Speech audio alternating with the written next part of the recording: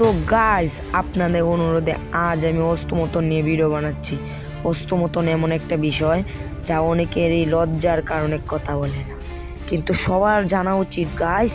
অনেকে বলে হস্তমতন করলে শরীর দুর্বল হয়ে যায়, স্মৃতিশক্তি নষ্ট হয়ে যায়, চোখের জ্যোতি কমে যায়, কিন্তু এগুলোর কোনো বৈজ্ঞানিক প্রমাণ নেই।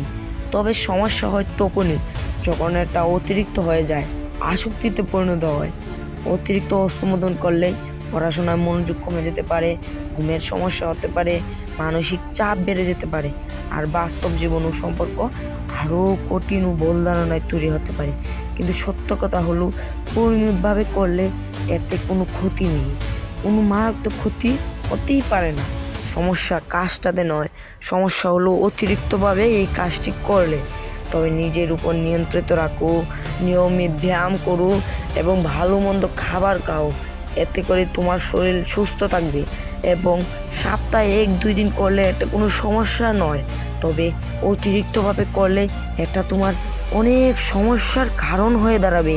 তোমার পড়াশোনায় মন বসবে না, সুস্থ জীবনযাপনে বাধাগ্রস্ত করবে।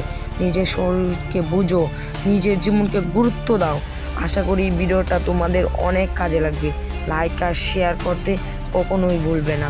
তো আবার দেখা হবে।